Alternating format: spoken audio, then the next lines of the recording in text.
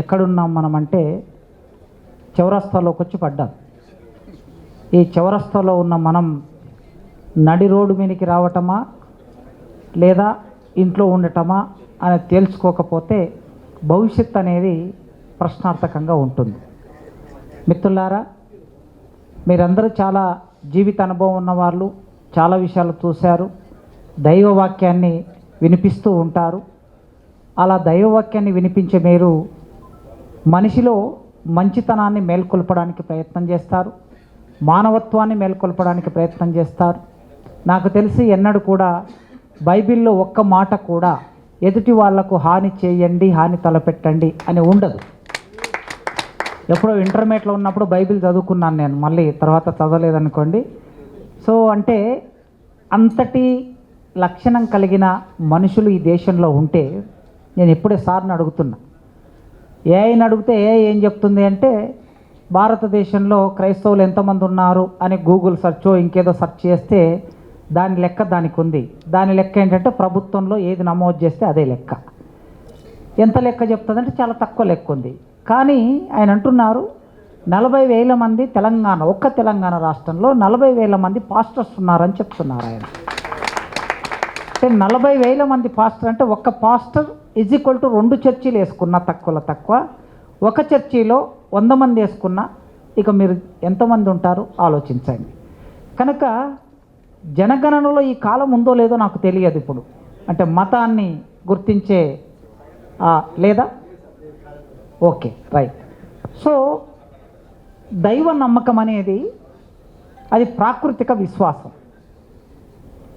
ఇది రాజ్యాంగబద్ధమో చట్టబద్ధమో న్యాయబద్ధమో అనే విషయాన్ని పక్కన పెడితే ప్రాకృతిక విశ్వాసం అంటే ప్రకృతిని మనం ఎట్లయితే విశ్వసిస్తామో, ఒక గాలి, ఒక నీరు, ఒక అగ్ని, ఒక సూర్యుడు, ఒక ఆకాశం ఎలా అయితే నమ్ముతామో, ఇవి నమ్మడానికి ఎవరైనా క్వశ్చన్ వేసాను, సూర్యుని నమ్మడానికి కారణం ఏమిటని ఎవరైనా అడిగితే దానికి సమాధానం ఉండదు. ఎందుకంటే ఇది ప్రాకృతిక సౌందర్యం, ప్రాకృతిక నమ్మకం.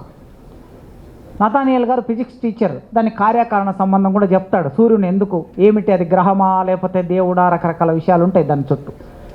అట్లా దైవం అనేది ప్రాకృతిక విశ్వాసం. దీంట్లో లాజిక్ క్వశ్చన్ అయ్యాను నేను. బేసిక్గా నా భావన ఏంటో మీ అందరూ తెలుసు, ప్రత్యేకంగా చెప్పాల్సిన అవసరం లేదు. కానీ ప్రాకృతిక విశ్వాసానికి సంబంధించి చట్టం అందులోకి దూరకూడదు. అలా దూరకూడదని భారత రాజ్యాంగం రాసిన పెద్దలు ఆ రోజు 293 మంది అక్కడ కూర్చొని, ఇప్పుడున్న పాత పార్లమెంట్లో కూర్చొని చాలా చర్చలు చేశారు. Indian constitution debates and religion అని కొడితే మనకు చాలా మెటీరియల్ దొరుకుతుంది. ఆ డిబేట్లో క్రైస్తవ మీద చర్చ వచ్చింది, అంబేద్కర్ పార్టిసిపేషన్, ఏం మాట్లాడాడు అంబేద్కర్ అనే విషయాలు ఉన్నాయి, బౌద్ధం మీద వచ్చింది, జైనం మీద వచ్చింది, హిందూ మతం మీద వచ్చింది, అన్ని మతాల విషయంలో చర్చ వచ్చింది. వచ్చినప్పుడు భారతదేశంలో ఏ నిర్ణయం తీసుకోవాలి, ప్రజలకి మనం సంవిధానాన్ని ఇచ్చేటప్పుడు ఈ సంవిధానంలో ఏం చెప్పాలి అని ఒక అంగీకారానికి వచ్చారు. ఆ అంగీకారం ఆర్టికల్ 25 రాసి ఏం అంగీకారం చెప్పారు, భారతదేశంలో దైవ నమ్మకం అనేది వైయక్తికమైన అంశం. ఈ దైవ నమ్మకం ఎవరు ఏ దేవునైనా నమ్ముకోవచ్చు. ఫలానా దేవుని నమ్ముకోవని మీరు రాజ్యాంగం రాసి ఉంటే ఆ రోజే తెలుసుకునే వాళ్ళం. కానీ ఆ రోజు రాయలేదు. ఇవాళ మీరు ప్రతిదానికి రాజ్యాంగం ప్రమాణం అని చెప్తున్నారు కనుక దేశాన్ని, రాష్ట్రాలని పరిపాలించే పెద్దలందరూ రాజ్యాంగం మీకు ప్రమాణం అయినప్పుడు ఆర్టికల్ 21ని 1950 ప్రెసిడెన్షియల్ ఆర్డర్ ఏదైతే ఉందో కాంట్రడిక్టరీ చేస్తుందా లేదా కాస్త మనసు పెట్టి ఆలోచించండి, నాలెడ్జ్ పెట్టి ఆలోచించండి.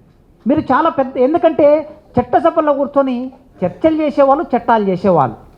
ఆర్టికల్ 25 ఏం చెప్తుంది, భారతదేశంలో పుట్టిన ప్రతి పౌరులు ఎవరైనా తమకిష్టం వచ్చిన దేవుణ్ణి నమ్ముకోవచ్చు.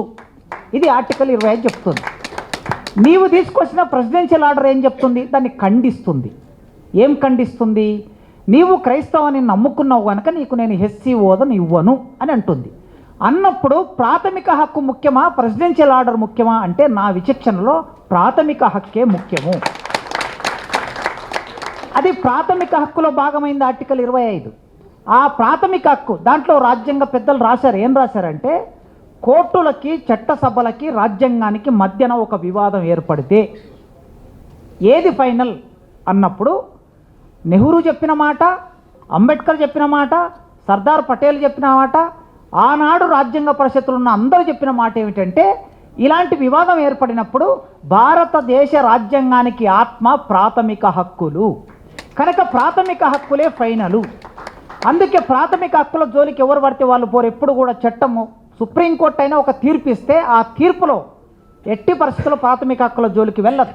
ఒకవేళ అలాంటి సిచ్యువేషన్ వచ్చినప్పుడు ఏమంటారు, ఎవరినైనా అరెస్ట్ చేసి జైల్లో పెట్టారు అనుకోండి, ఆ జైల్లో పెట్టినప్పుడు ప్రాథమిక హక్కు ఈయనకు దెబ్బతిన్నది కనుక వెంటనే బెయిల్ ఇవ్వండి అని చట్టం చెప్తుంది. స్వేచ్ఛగా మనిషి జీవించే హక్కు ఉన్నది. ఆ స్వేచ్ఛగా జీవించే అతని హక్కును నీ ప్రభుత్వం కేసు పెట్టి కాల రాస్తుంది కనుక వెంటనే బెయిల్ ఇవ్వండి, విచారణ జరపండి అంటుంది చట్టం. ఇది కోర్టు. కనుక ఇక్కడ ప్రెసిడెన్షియల్ ఆర్డర్, ప్రాథమిక హక్కు రెండింటి మధ్య వివాదం ఏర్పడినప్పుడు కామన్ సెన్స్తో పెద్దలు ఆలోచించవలసింది ప్రాథమిక హక్కే ఫైనల్.